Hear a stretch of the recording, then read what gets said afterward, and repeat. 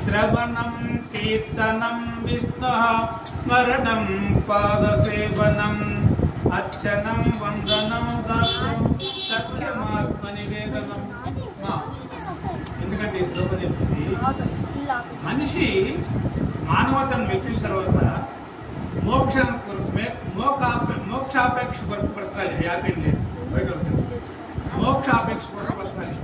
ఒకటి ఒకటి మనకు ప్రతి మనిషికి 3 గుణాలు ఉంటాయి. సత్వగుణం, రజోగుణం, తమోగుణం.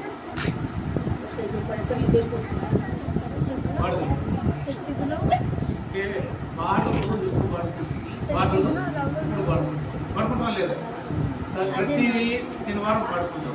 కానీ జ్ఞానంతో మాటలు ఎప్పుడు వినాలని వినలేదు. మనిషికి భక్తి ఉంటుంది. ప్రతి మనిషికి భక్తి ఉంటుంది కదా. భగవంతుని మీద భక్తి ఉంటుంది. ఒకటి నేను ఇప్పుడు మన ఇళ్ళలో ఎవరిలో భగవద్గీత ఉంది? ఎవరింట్లో భగవద్గీత ఉంటుంది? ఎవరింట్లో భగవద్గీత ఉంది? క్రిస్టియన్ ఒకడు పోతుంటాడు. క్రిస్టియన్ అయితే ఎవరింట్లో బైబుల్ ఉండదు. మన ఇంట్లో ఎందుకు ఉండదు భగవద్గీత? ముస్లిం ఇంటికి ఇవ్వండి, ప్రతి ఇంట్లో పురాణం ఉంటుంది. క్రైస్తవులు ఇంటికి ఇవ్వండి, ప్రతి ఇంట్లో బైబుల్ ఉంటుంది. కానీ హిందువుల ఇంట్లో ఎందుకు ఉండదు?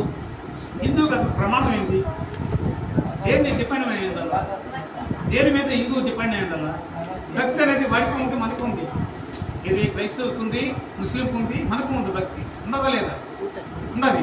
కానీ వాళ్ళు ఎందుకు బైబిల్ చేతులు మత గ్రంథాన్ని వాళ్ళు ఎందుకు చేస్తున్నారు?